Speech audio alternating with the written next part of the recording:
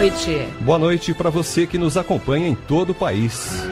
Segunda-feira, 16 de janeiro de 2017. E vamos ao destaque do dia. Sai o reajuste das aposentadorias para quem recebe acima do salário mínimo. Alessandra Bastos. O reajuste vai ser de 6,58% e é superior ao aumento do salário mínimo. E você também vai ouvir na Voz do Brasil de hoje. Começou hoje a convocação de quem recebe auxílio-doença e está sem perícia há mais de 2 anos. E os estudantes já podem acessar o sistema do FIES para renovar seus contratos. Luana Karen. Quase 1.400.000 contratos do FIES devem ser renovados neste primeiro semestre. A gente também vai falar das novas regras para quem vai viajar de avião. Uma campanha vai ajudar você a entender melhor os seus direitos. Hoje, na apresentação da Voz do Brasil, Gláucia Gomes e Roberto Camargo. E para assistir a gente ao vivo na internet, basta clicar www.voz.gov.br. O reajuste das aposentadorias e benefícios do INSS de quem ganha acima de um salário mínimo vai ser de 6,58%. Nós anunciamos esse reajuste aqui na Voz do Brasil na semana passada. E a portaria que torna oficial o aumento foi publicada hoje no Diário Oficial. A repórter Alessandra Bastos tem os detalhes desse reajuste, que foi superior ao aumento do salário mínimo. O reajuste das aposentadorias e benefícios do INSS de quem ganha acima de um salário mínimo vai ser de 6,58%.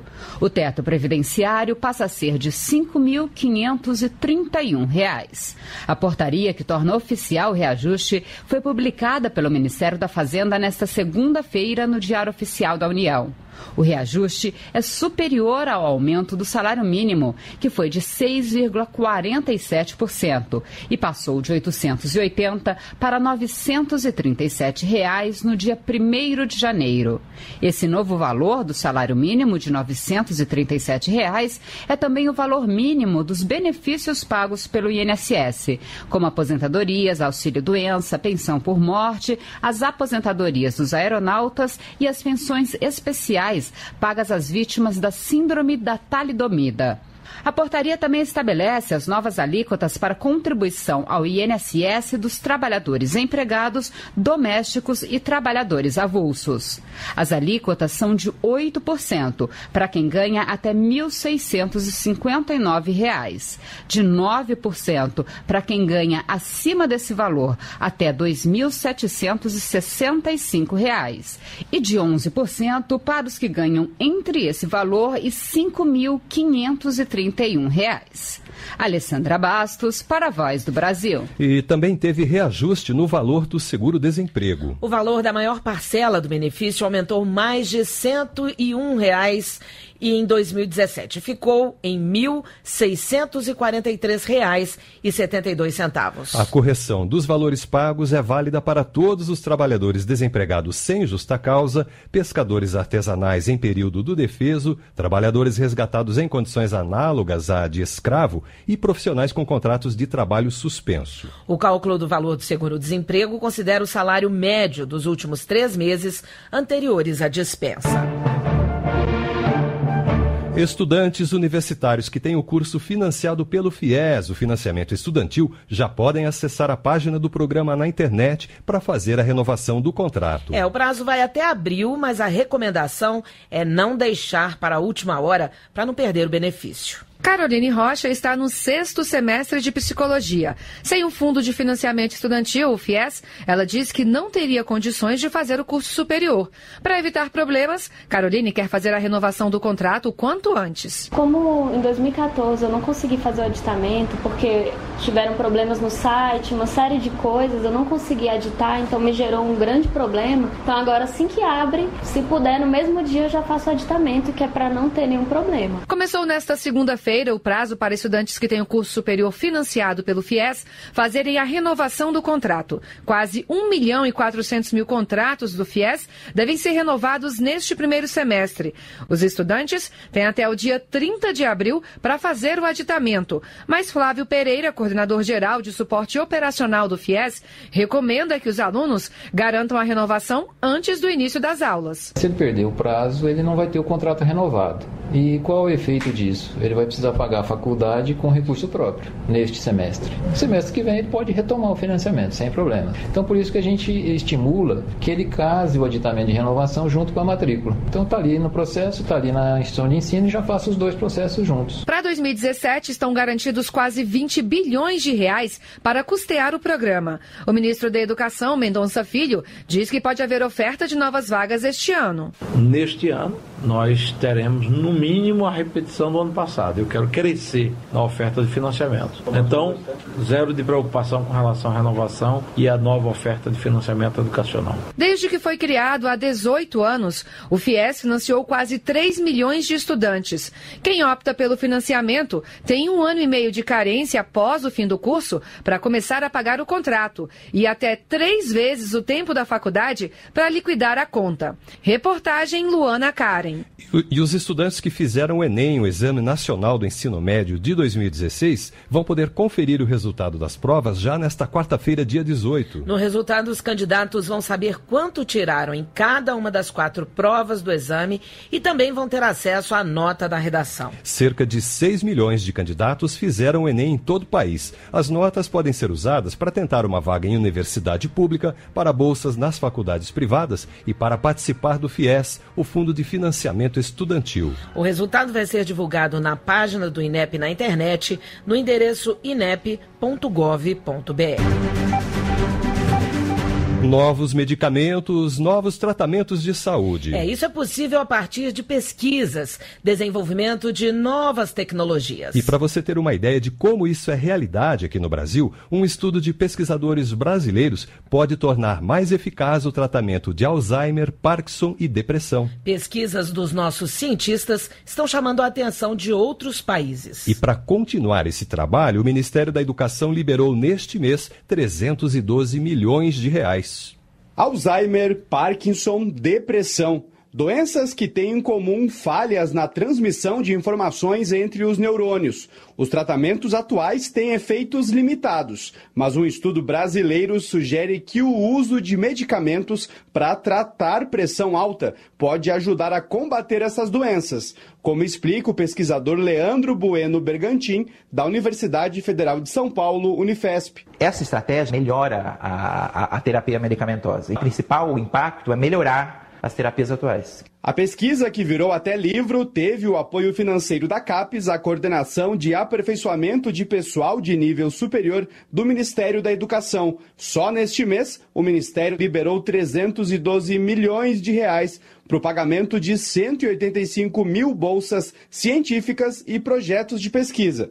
No ano passado, o orçamento foi de quase 6 bilhões de reais. O diretor de programas e bolsas da CAPES, Geraldo Nunes Sobrinho, conta que nos momentos de crise é quando mais se deve investir em pesquisas. Ao contrário do que muita gente pensa, são nesses momentos que a gente deve intensificar a formação de recursos humanos de mais alto nível, investir mais na pesquisa científica, tecnológica, na inovação, que são, digamos, não são problemas para o país, são soluções, eles que trazem soluções. O professor Afonso Caricati Neto, da Unifesp, orientador da pesquisa do Leandro, ressalta que o investimento público é fundamental para as pesquisas feitas pelas universidades. Nossas pesquisas são mantidas com recursos públicos, recursos advindos do governo federal. Para cursos de mestrado, a bolsa da CAPES é de R$ 1.500. Já para doutorado, é de R$ 2.200.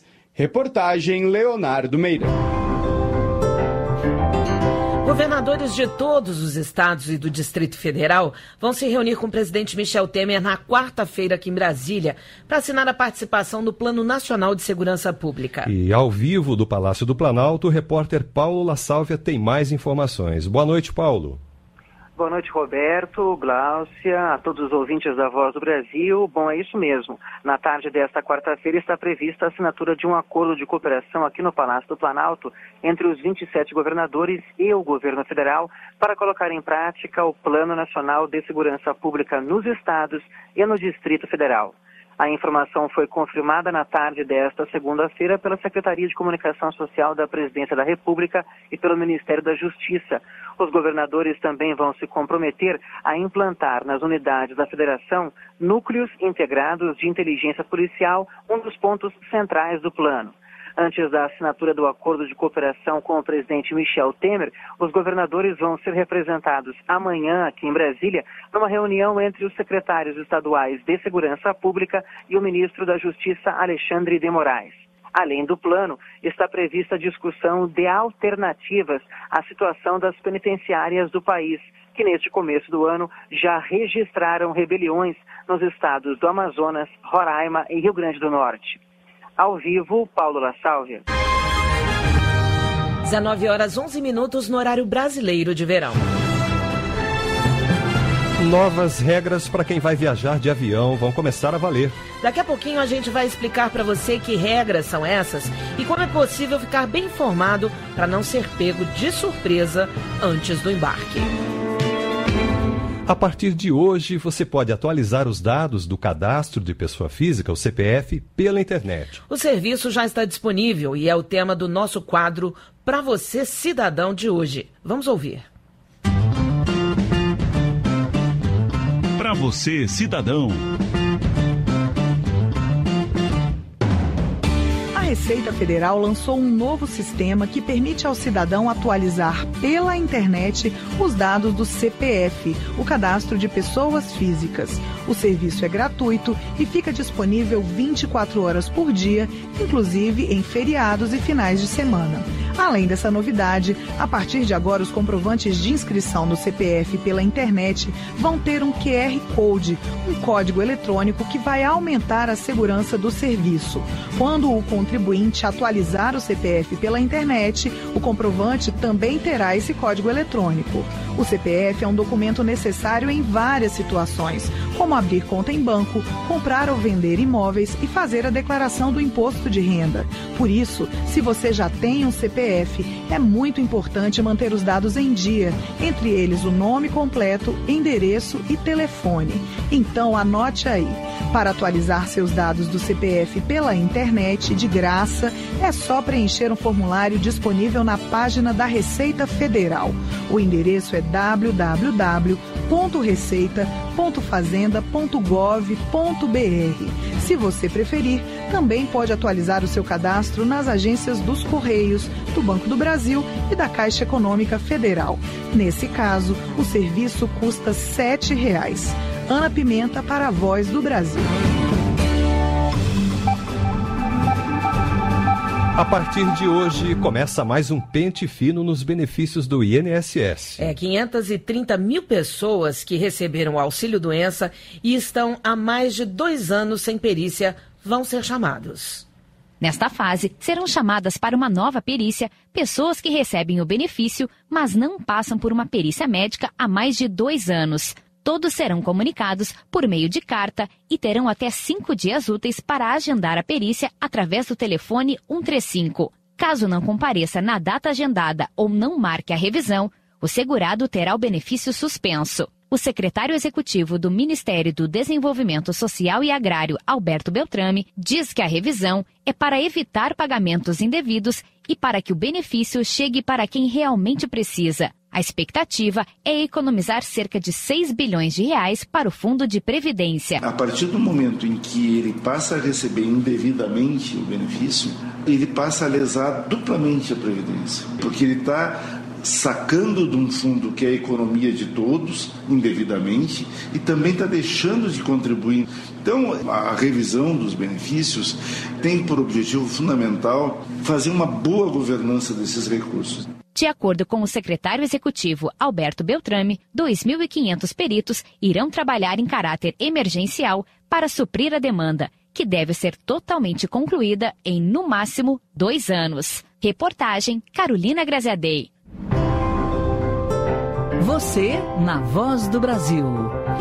As participações de autoridades de trânsito aqui na Voz do Brasil nas últimas semanas, respondendo dúvidas, geraram uma grande repercussão entre os nossos ouvintes. E como o tema tem despertado tanta atenção, vamos responder mais questionamentos de quem escuta o programa. A dúvida do quadro Você na Voz de hoje é comum para muita gente. O que fazer quando uma ambulância ou um caminhão dos bombeiros está com a sirene ligada pedindo passagem? A pergunta é do Sérgio Jesus, taxista no Rio de Janeiro. Vamos ouvir. Boa noite, Sérgio Jesus, sou taxista na cidade do Rio de Janeiro. Percebo uma situação muito complicada. Quando os motoristas ouvem o sinal de sirene de veículo de socorro, não há um padrão para abrir caminho para eles. Então, uns saem para a direita, outros saem para a esquerda, e a ambulância ou o bombeiro ou o veículo de socorro que estiver precisando passar tem que ficar zigue-zagueando no trânsito, circulando de um lado para o outro. Eu gostaria de saber se há um padrão e, se não há, sugerir que se houvesse um padrão e uma campanha de esclarecimento, de forma que os profissionais, os motoristas, os condutores de veículos no Brasil soubessem se posicionar para permitir a passagem tranquila de veículos de socorro. E para buscar a resposta para o Sérgio, nós conversamos com o diretor do Denatran, o Departamento Nacional de Trânsito, Elmer Coelho Vicente. Oi, Sérgio. Sua pergunta é muito importante. Existe sim uma normatização para como o motorista deve conceder a prioridade no tráfego. O artigo 29 do Código de Trânsito deixa bem claro: todos os motoristas eles devem deixar livre a passagem da esquerda, indo para a faixa da direita. Já os pedestres, eles deverão aguardar no passeio e só atravessar quando o veículo de emergência já tiver passado pelo local. É bom observar que os motoristas sempre têm que tomar todos os cuidados de segurança na hora que estiver concedendo a passagem a um veículo. E, por final, lembrar que deixar de dar a passagem é uma infração gravíssima, apenada com 7 pontos e R$ 293,47. Tá aí, e se você quer ter sua dúvida sobre algum programa ou ação do governo federal respondida aqui na Voz do Brasil, mande sua pergunta pra gente. Basta gravar uma mensagem e mandar para o nosso e-mail voz@ebc.com.br ou no WhatsApp 61998627345. Vou repetir, 61998627345. E nós vamos buscar a resposta para você. Participe! Uma campanha da Agência Nacional de Aviação Civil vai informar os passageiros sobre as novas regras para viagens de avião que começam a valer daqui a 2 meses. Assim, vai ser possível saber o que muda, por exemplo, com relação ao transporte de bagagens, cancelamento e alterações de voos. A repórter Thaísa Dias tem os detalhes. A delegada de polícia de Tocantins, Celina Deboni, viaja de avião pelo menos uma vez por ano. Ela soube que as viagens aéreas no Brasil terão mudanças, mas ainda busca informações. Eu entendi pouco ainda, porque eu vi só pela televisão. Então gostaria até que se fosse feito maior esclarecimento para a população, que é tantos itens assim, para quem é leigo, não ficou inteirado totalmente. Para ajudar a Celina e o restante da população a entender as novas condições gerais de transporte aéreo, o governo lançou uma campanha nesta segunda-feira. Com uma página na internet, fotos e vídeos nas redes sociais, a ação vai detalhar as novas regras que passam a valer no dia 14 de março. Entre as medidas está a mudança na cobrança pelo transporte de bagagens. É o que explica o gerente de Relações de Consumo da Agência Nacional de Aviação Civil, Fernando Feitosa. Não existe serviço gratuito, então a empresa aérea coloca isso no preço da passagem. Então o passageiro, a partir de 14 de março, ele vai poder escolher se ele quer comprar uma passagem que tem esse serviço incluído ou se ele quer buscar um outro perfil de passagem, provavelmente mais barato, no qual ele vai poder comprar a bagagem à parte ou até viajar só com a bagagem de mão. Lembrando que a bagagem de mão passa de, atualmente, no máximo 5 quilos para, no mínimo, 10 quilos, é o que a empresária tem que oferecer para ele. Ao todo, são mais de 40 mudanças nas regras das viagens aéreas. Os anúncios para a compra de passagem deverão informar, desde o início da consulta, o valor total a ser pago para viajar, incluindo as taxas. O consumidor poderá desistir da viagem até 24 horas depois da compra, se o voo tiver pelo menos 7 dias de antecedência. O prazo para devolução de bagagem extraviada diminuiu. As companhias terão até 7 dias em voos domésticos ou até 21 dias para voos internacionais. Quando a mala não for encontrada nesse período, a indenização deve ser paga em 7 dias. Essas e outras informações estão no site da campanha www.transportes.gov.br/aviação para todos. Reportagem Thaísa Dias. 19h20 no horário brasileiro de verão. A produção de pescado no Brasil mais do que dobrou em 10 anos, o que coloca o país entre as 15 maiores produtoras produtores do mundo. O crescimento se deve principalmente ao aumento da demanda e ao investimento em tecnologia. Duas fórmulas que, é claro, se unem à boa e velha experiência. Quem conta essa história de pescador é a repórter Natália Kozlik. Truques de um pescador. O melhor dia para pegar o peixe, para pescar mesmo, é quando a lua está cheia. A força da lua cheia, porque quando a lua está nova, o peixe ele quase não anda. A dica é de Vanaldo Bispo dos Santos, que é membro da colônia de pescadores de Brejinho de Nazaré, em Tocantins. O filho e o irmão, que têm deficiência física, vivem do que ele pesca. Então é preciso conhecer bem da água e dos costumes dos peixes. Em mês bom, Vanaldo conta que consegue tirar mais de R$2.000 com a atividade. Mas ultimamente o cenário está ainda melhor. A procura do peixe aqui está bastante grande. O mercado de pescados dobrou a produção entre 2005 e 2015, passando de cerca de 260 mil para mais de 570 mil toneladas no período.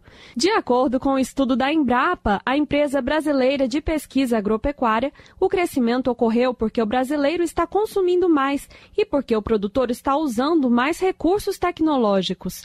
No caso de algumas espécies, como a tilápia, os avanços foram mais expressivos. Na Netuno, que é a maior produtora desse peixe na região do Vale do Rio São Francisco, a produção quase duplicou de 2009 para cá. E o gerente de produção da empresa, York Rivera, conta que aprenderam com a experiência de outros países, principalmente da Ásia e da América Central. Questões de reprodução, coleta de ovos, temas de reversão. Todo isso foi trazido de outros países que já cultivam a tilápia. Para Manuel Pedrosa, pesquisador da Embrapa que participou do estudo, o Brasil já tem lugar de destaque no mercado mundial de produção de pescado. O mundo inteiro já percebe o Brasil como um grande ator do mercado da aquicultura mundial, justamente devido ao grande mercado interno e às condições naturais que o Brasil dispõe. Hoje o Brasil é o 14º colocado na produção aquícola do mundo. E o governo federal possui iniciativas em apoio a esse mercado.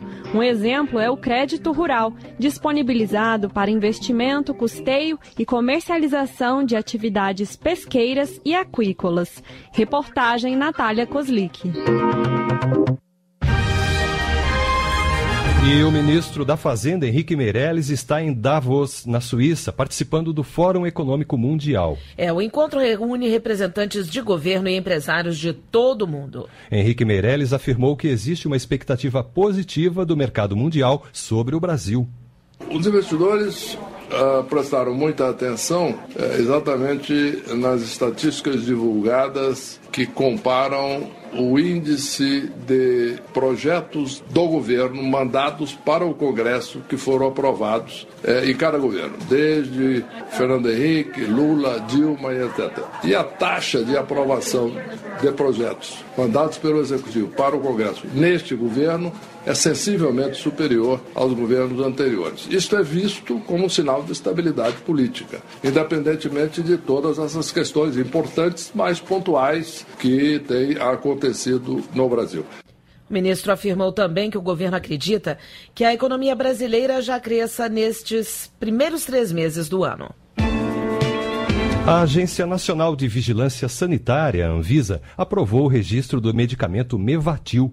É o primeiro remédio registrado no país à base de cannabis sativa, ou seja, à base de maconha. O novo medicamento é indicado para o tratamento da espasticidade relacionada à esclerose múltipla e está aprovado em outros 28 países, incluindo Canadá, Estados Unidos, Alemanha, Dinamarca, Suécia, Suíça e Israel. A Anvisa já havia aprovado a importação de remédios à base da cannabis sativa. Com esse registro, o medicamento vai poder ser fabricado aqui no Brasil. E essas foram as notícias do governo federal. Uma realização da Secretaria de Comunicação Social da Presidência da República. Com produção da empresa Brasil de Comunicação. Fique agora com as notícias do Poder Judiciário e do Congresso Nacional. Boa noite. Boa noite para você e até amanhã.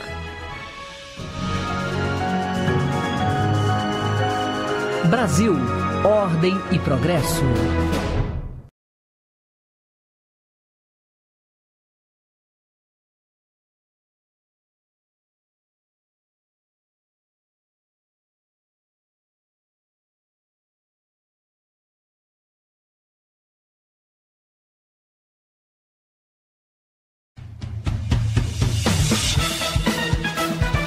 Você vai ouvir agora notícias do Poder Judiciário. Supremo Tribunal Federal analisa ação sobre eleições para a presidência da Câmara dos Deputados. Homem denunciado pelos crimes de cárcere privado e violência contra ex-namorada deve continuar preso. Instituição financeira deve indenizar candidato com deficiência que foi reprovado em exame admissional. Agora em Brasília, 7h25. Boa noite, eu sou Uliana Gomes. E eu sou o Arthur Filho.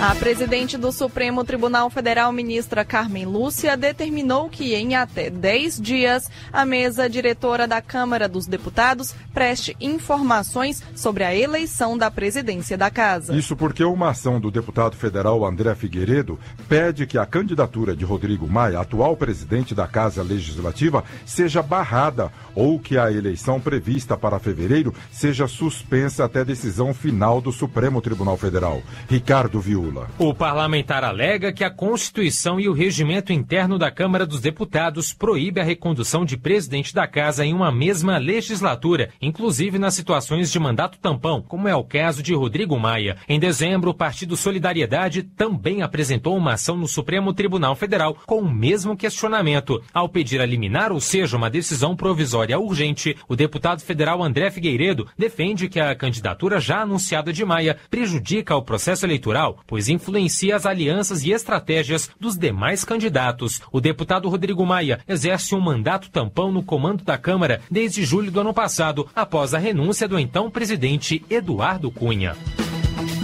Comerciante que manteve ex-namorada em cárcere privado deve continuar preso. A decisão é da presidente do Superior Tribunal de Justiça, ministra Laurita Vaz. Tiago Gomide. De acordo com a denúncia, durante os 2 dias que manteve a mulher em cárcere privado, o comerciante a submeteu a grave sofrimento físico e mental com agressões e ameaças de morte. O juiz de primeiro grau decretou a prisão preventiva do comerciante.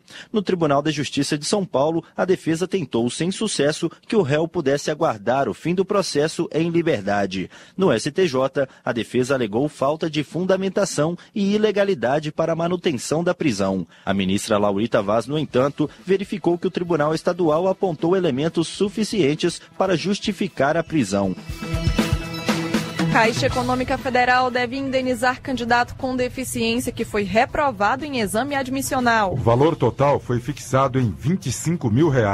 Emily Almeida. A decisão é da Justiça Federal em São Paulo. O candidato afirmou que foi aprovado no concurso de técnico bancário para vaga de pessoa com deficiência, mas o exame admissional concluiu pela impossibilidade dele assumir a vaga. O homem considerou a medida injusta, já que foi admitido em outro concurso bancário para cargo semelhante. O juiz do caso considerou que as atribuições do cargo previstas no edital eram de atividades administrativas, que exigem capacidades que o candidato possui. O magistrado também ressaltou que a Constituição proíbe qualquer discriminação quanto a salário e critérios de admissão do trabalhador com deficiência. Município paulista Álvares Florência é condenado a indenizar servidora por assédio moral. Ela foi transferida do posto de trabalho depois de discutir com o prefeito, Carlos Ribeiro. A servidora alegou que sofria perseguição política. Já o prefeito afirmou que a direção de uma escola pública do município havia pedido um servidor para o local. Mas testemunhas contaram que a servidora não tinha tarefas para realizar nesta escola. A Justiça do Trabalho em Campinas levou em consideração os depoimentos e entendeu que ficou claro que a troca de posto se deu por questões pessoais e políticas. Por isso, condenou o município a indenizar a servidora em R$20 mil.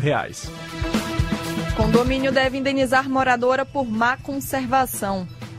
A mulher teve apartamento danificado durante inundação e vai receber R$10 mil. Johnny Luna. A moradora disse que a casa foi inundada após vazamentos e infiltrações por causa do telhado do edifício, que estava em más condições. Com isso, ela perdeu móveis e teve problemas na estrutura do apartamento. A Justiça de São Paulo considerou que a situação exigia reparo urgente e, como eles não foram feitos, a situação causou sérios transtornos à moradora.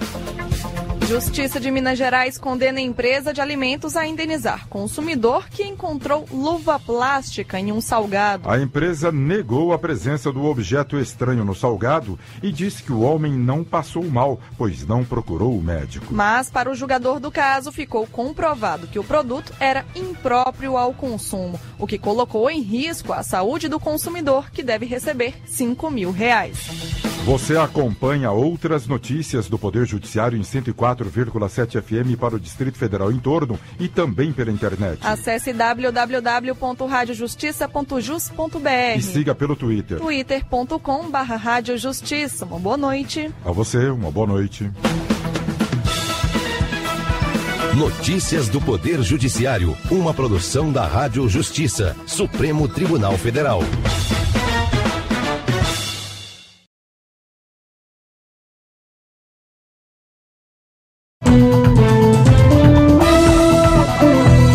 Está no ar, o Jornal do Senado. O Wellington Fagundes sugere concessões de aeroportos em bloco para estimular a aviação regional. Projeto de Acircurgás pode acabar com a exigência de comprovação de experiência em seleção de estagiário. Roberto Muniz afirma que investimento do governo em saneamento básico é baixo e desigual. Estes são os destaques de hoje do Jornal do Senado, que começa agora. Boa noite. Boa noite. O primeiro leilão do ano de 2017 será o de aeroportos. O governo quer passar a administração de 4 deles, todos em capitais, para a iniciativa privada. Uma proposta em análise no Senado sugere que a licitação de aeroportos seja feita em blocos para beneficiar a aviação regional. Os detalhes com a repórter Ana Beatriz Santos.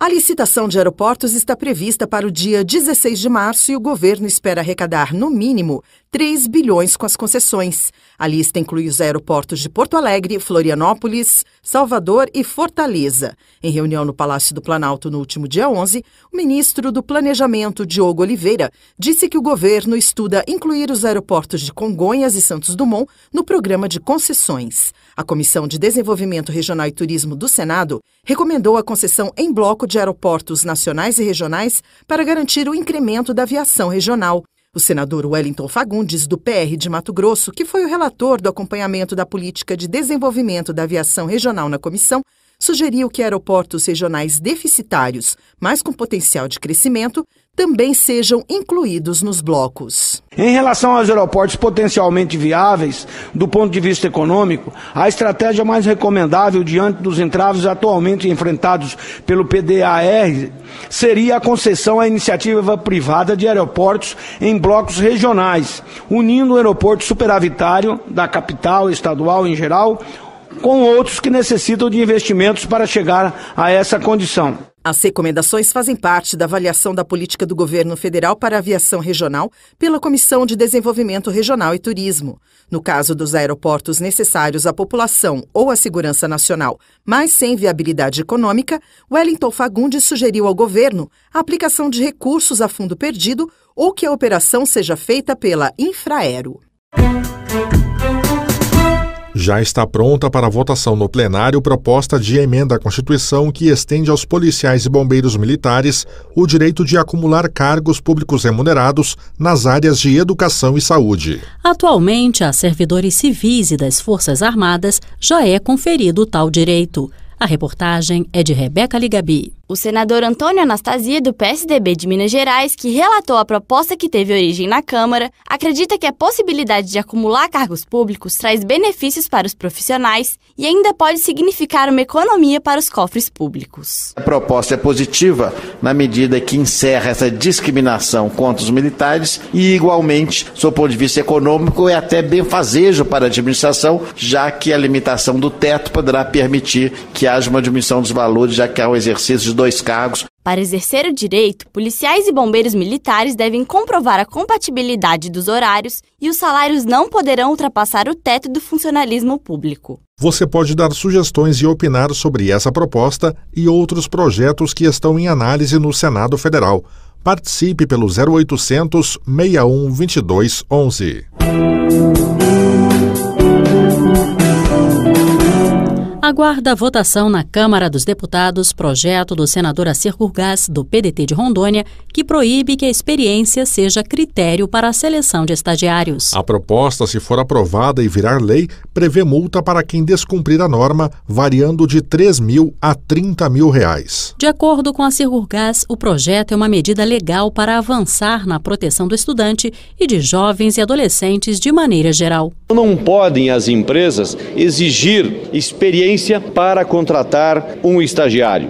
O estágio tem que funcionar como uma ferramenta para a promoção do primeiro emprego. Esta é a função do estagiário, para que aquele jovem recém-formado ou que ainda está estudando possa complementar seu conhecimento teórico e técnico com a prática. No Brasil, hoje vivem 46 milhões de pessoas que têm algum tipo de deficiência. E o senador Paulo Paim, do PT Gaúcho, disse que o Estatuto da Pessoa com Deficiência tem possibilitado a emancipação social delas, ao exigir que a sociedade discuta e aplique regras que antes eram desconsideradas. Uma das questões antes ignoradas, mas que agora foram enfrentadas, disse Paim, foi a obrigatoriedade de as escolas particulares se adaptarem às pessoas com deficiência, sem repassar para as mensalidades os valores de eventuais gastos necessários a essas adequações. Outro avanço do Estatuto, segundo Paulo Paim, é a tomada de decisão apoiada,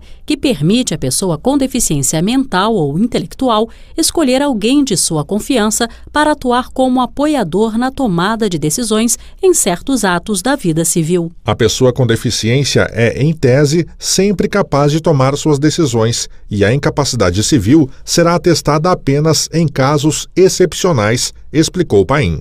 O Estatuto é muito mais do que uma lei, é um instrumento de cidadania para se questionar o preconceito, a ignorância, a inércia e a omissão do Estado e da sociedade. Os governos, os órgãos públicos e a iniciativa privada estão sendo obrigados a mudar a sua forma de pensar e de agir.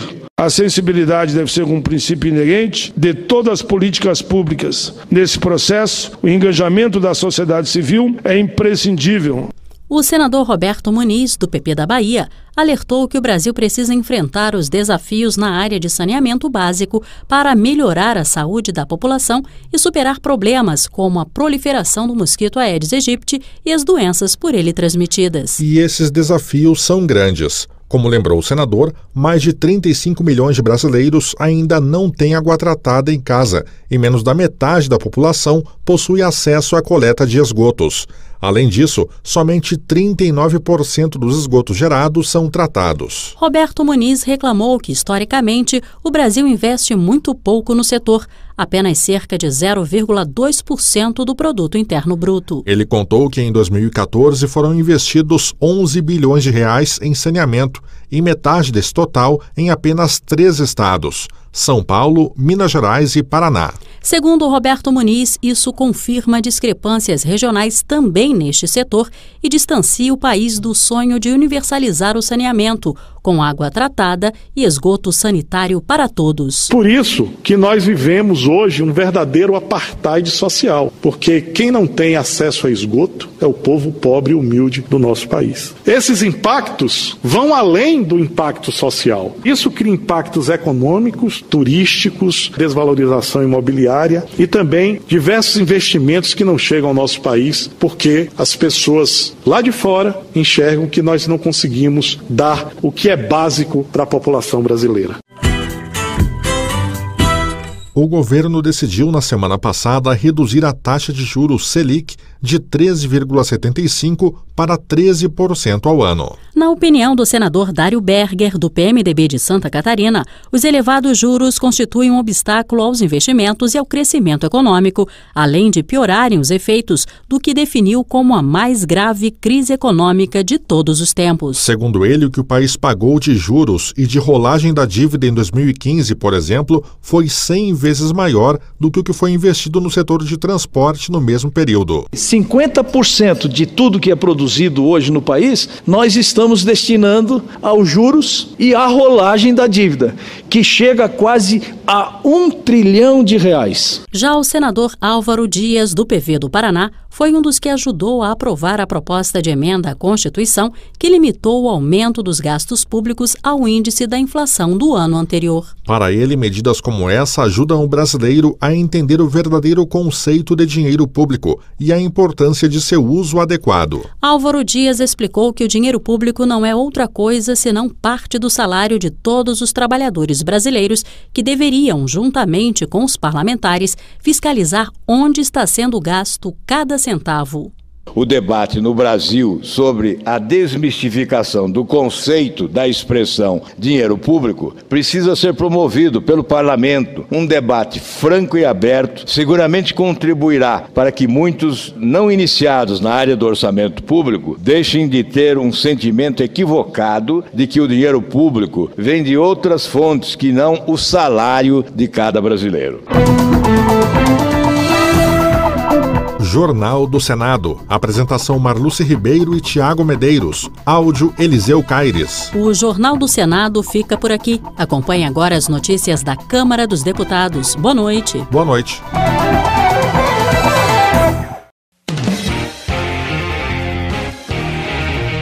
Jornal Câmara dos Deputados. Comissão de Direitos Humanos aponta condições precárias dos presídios. Projeto aumenta a pena para prefeito que desviar dinheiro da merenda escolar. Emenda constitucional sobre teto de gastos segue polêmica entre deputados. Boa noite. A emenda constitucional que limita os gastos públicos federais pelos próximos 20 anos foi promulgada no mês de dezembro pelo Congresso Nacional, depois de ter sido aprovada em 2 turnos pela Câmara e pelo Senado. Pedro Kizai, do PT de Santa Catarina, critica o congelamento de investimentos em educação e saúde por um governo que o parlamentar considera ilegítimo. Um governo sem voto ilegítimo não pode definir quanto vai se gastar em saúde, educação, nos programas sociais para os próximos 5 presidentes eleitos pelo povo brasileiro. Segundo lugar, como é possível congelar para 20 anos os gastos em saúde e educação? Saúde, que é a vida das pessoas, que o povo está ficando mais velho e precisa mais recursos para a saúde, e para a educação, para nossas crianças, para nossos jovens. Qual é a melhor herança que a gente deixa para os nossos filhos? Uma boa escola, uma boa educação, uma boa universidade. Pedro Kizai propõe a realização de um referendo na próxima eleição presidencial para saber se a população deseja revogar o limite de despesas, que para o congressista, na verdade, só congela os gastos sociais. Daniel Almeida, do PCdoB da Bahia, também discorda da lei que limita os gastos públicos. Para ele, a emenda que vincula os investimentos do governo à inflação do ano anterior vai impedir a construção de escolas e hospitais. Esta mudança na Constituição congela todos os gastos do Estado brasileiro no patamar de 2016, que é um dos menores da história, que estamos há 3 anos em recessão, por 20 anos. Nós precisamos de mais atendimento à saúde, mais pós-saúde, mais hospitais, mais equipamentos para cuidar da saúde das pessoas. Se está congelado no patamar atual e se as despesas correntes vão aumentando, não vai se manter pelos próximos 30 anos sequer o atendimento de hoje, que já é insuficiente. O parlamentar afirma que a lei é a maior mudança já realizada na Constituição de 1988 e que vai contra o que a Carta Magna propunha.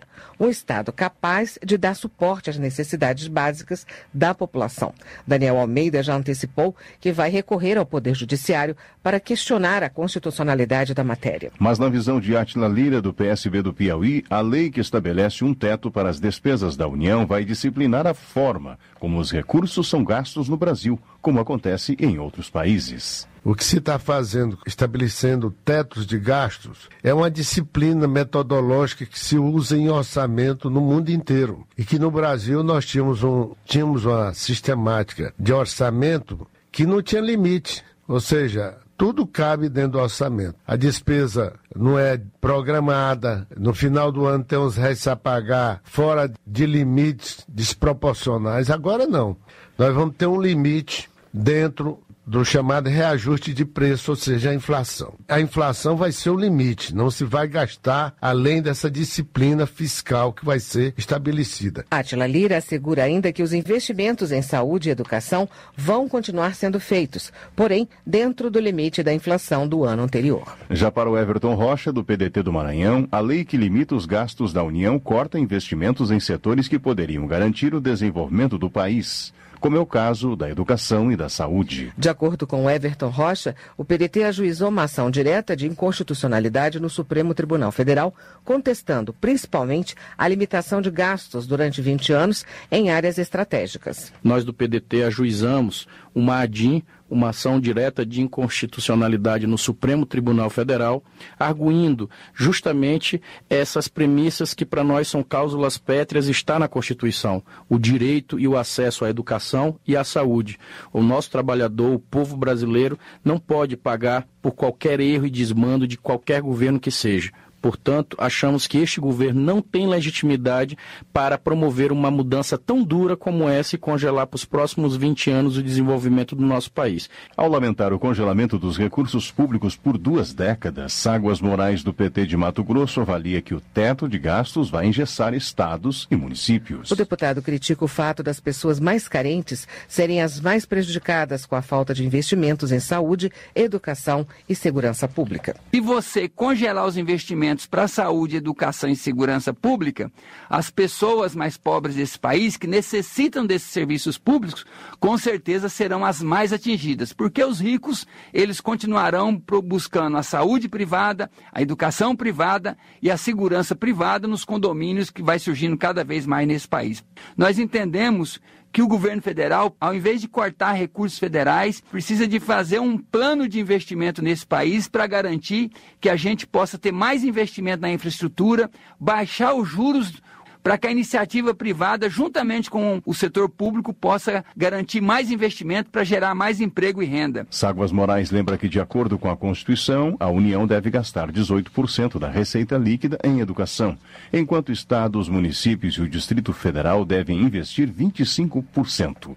Já na área da saúde, os gastos são estipulados em 15% para os municípios e 12% para os estados. Por outro lado, Misael Varela, do Democratas de Minas Gerais, acredita que o limite de gastos estabelecido em lei é uma maneira do governo demonstrar responsabilidade fiscal. No momento em que vivenciamos a maior crise econômica da história do Brasil, a aprovação da PEC dos gastos foi uma das grandes vitórias da Câmara dos Deputados em 2016.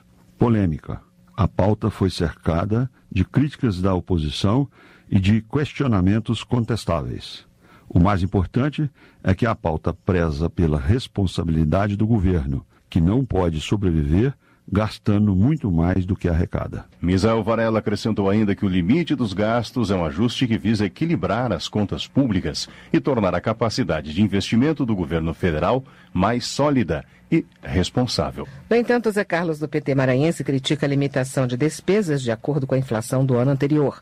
O parlamentar afirma que a emenda vai prejudicar os investimentos federais em áreas consideradas fundamentais. Esse governo ilegítimo pautou de forma saudada no ano passado e aprovou uma PEC que limita os gastos do governo. E mente para a sociedade quando diz que não vai afetar a educação, que não vai afetar a saúde, que não vai afetar os salários, que não vai afetar os pensionistas e aposentados e investimento em estrutura. Mente porque vai. Essa PEC, ela é totalmente contraditória. Essa PEC vai engessar o governo por 20 anos. Um governo que já não tem legitimidade para ficar nem 2. Está legislando e impondo limites fortes para 20 anos. Zé Carlos antecipa que vai lutar para que a lei já em vigor seja revista, para não prejudicar os salários dos servidores e setores essenciais para a população brasileira. Economia. A Comissão Especial da Câmara aprovou o parecer apresentado à proposta de emenda à Constituição que prevê a isenção do IPTU, o Imposto sobre a Propriedade Predial e Territorial Urbana, para templos de qualquer culto religioso, ainda que sejam alugados. Favorável à proposta, missionário José Olímpio, do Democratas de São Paulo, avalia que a medida representa um incentivo e o reconhecimento ao trabalho social feito pelas igrejas, independentemente da doutrina.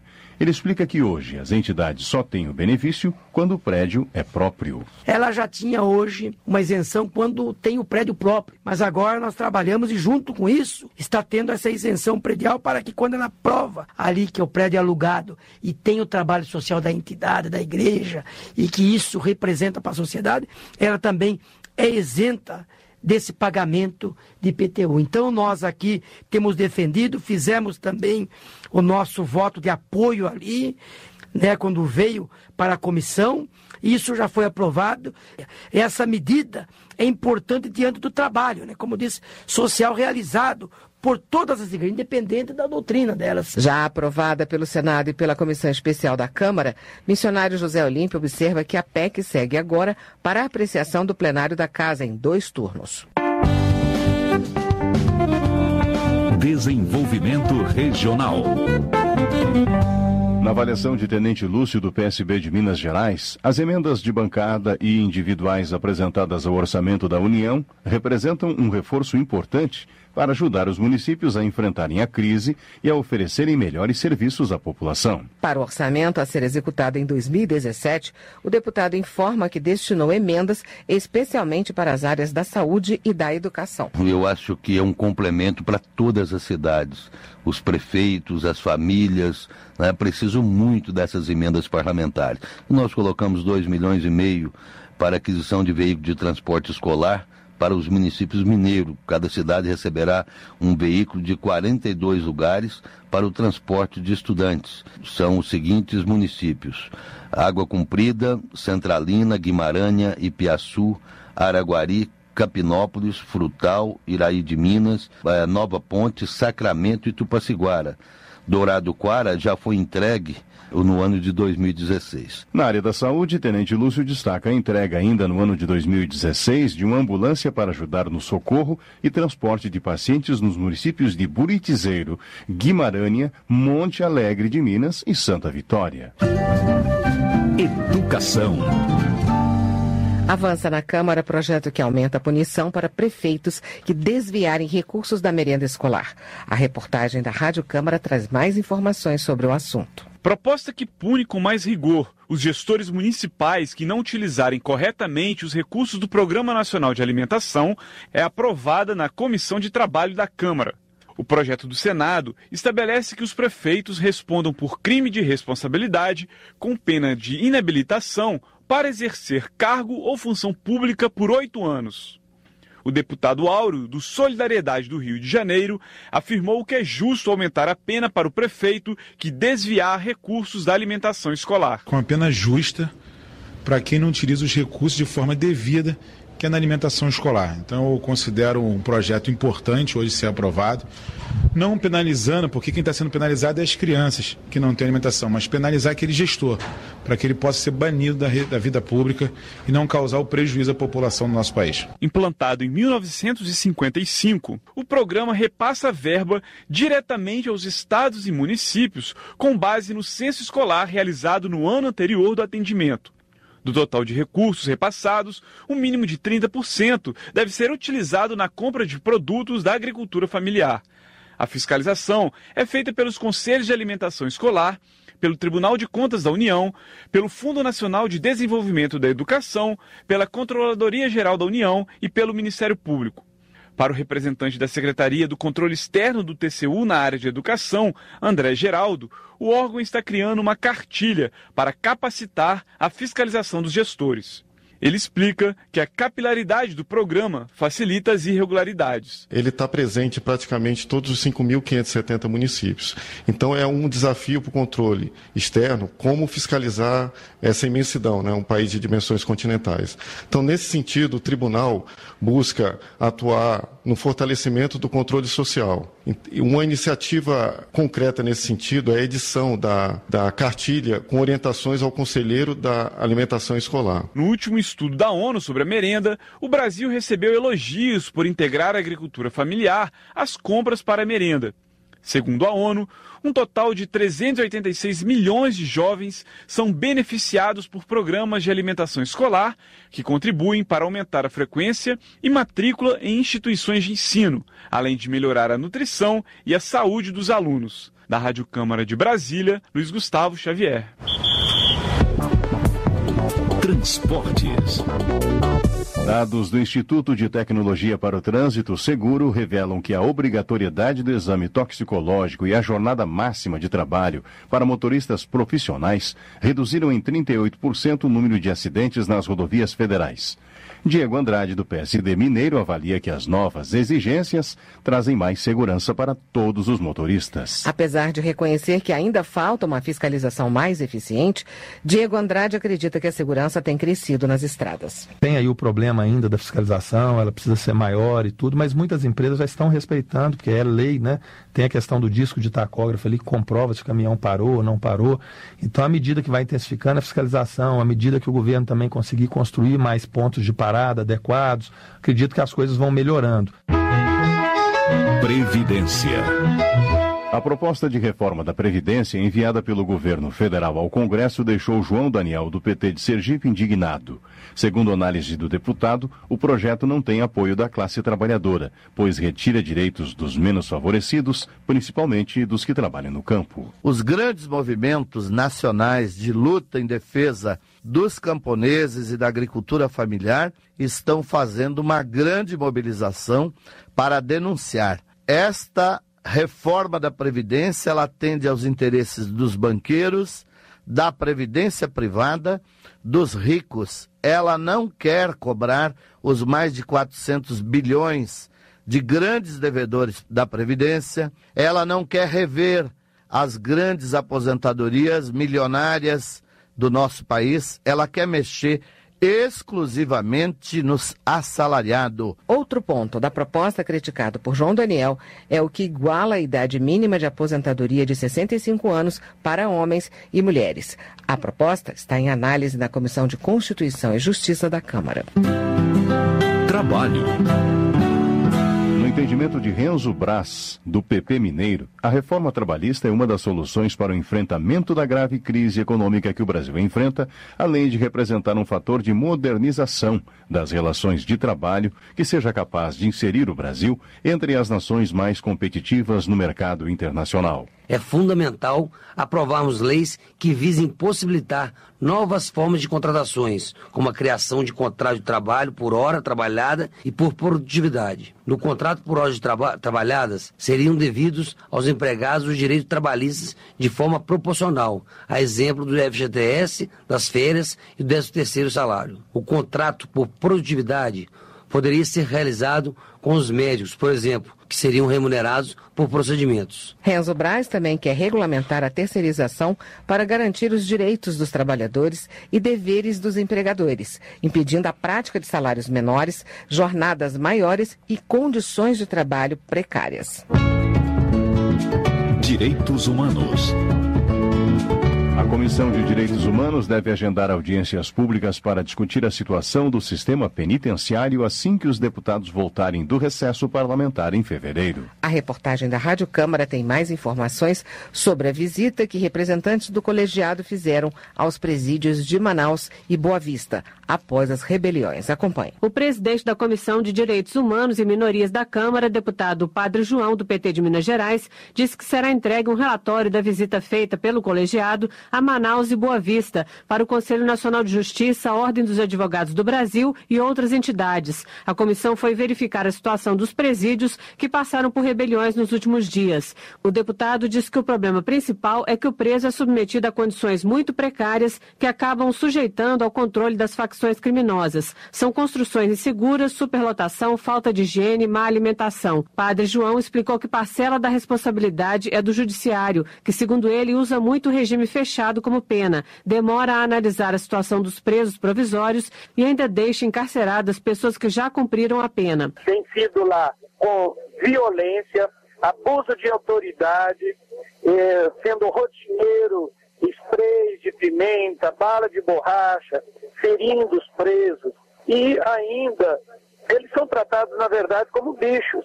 Então isso revolta, isso não cria condições para a recuperação da pessoa. O deputado defende que a sociedade brasileira não desista dos presos e procure dar a eles a esperança de voltar a ter uma vida dentro da lei. Só numa ala que nós somos em Boa Vista, tinha 800 jovens, a maioria são jovens aí de 18 a 25 anos, Então, essa é a maior população carcerária. Então, nós temos que investir, acreditar e investir nessa juventude, nessa população carcerária. Em fevereiro, na volta dos trabalhos legislativos, a situação dos presos no país deve ser objeto de audiências públicas na Comissão de Direitos Humanos e Minorias. Da Rádio Câmara de Brasília, Silvia Minhato. Termina aqui o Jornal Câmara dos Deputados. Ouça agora as notícias do Tribunal de Contas da União. Boa noite para você. Boa noite.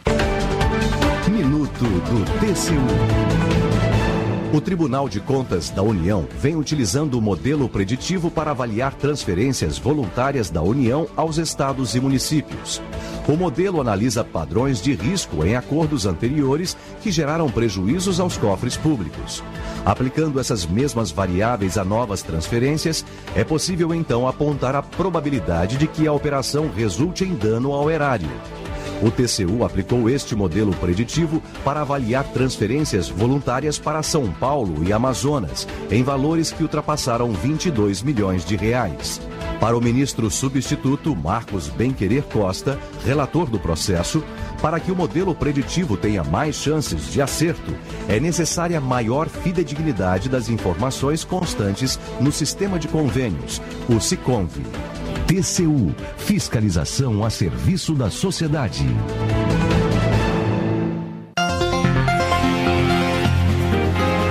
Voz do Brasil, de segunda a sexta, às 19 horas. Boa noite.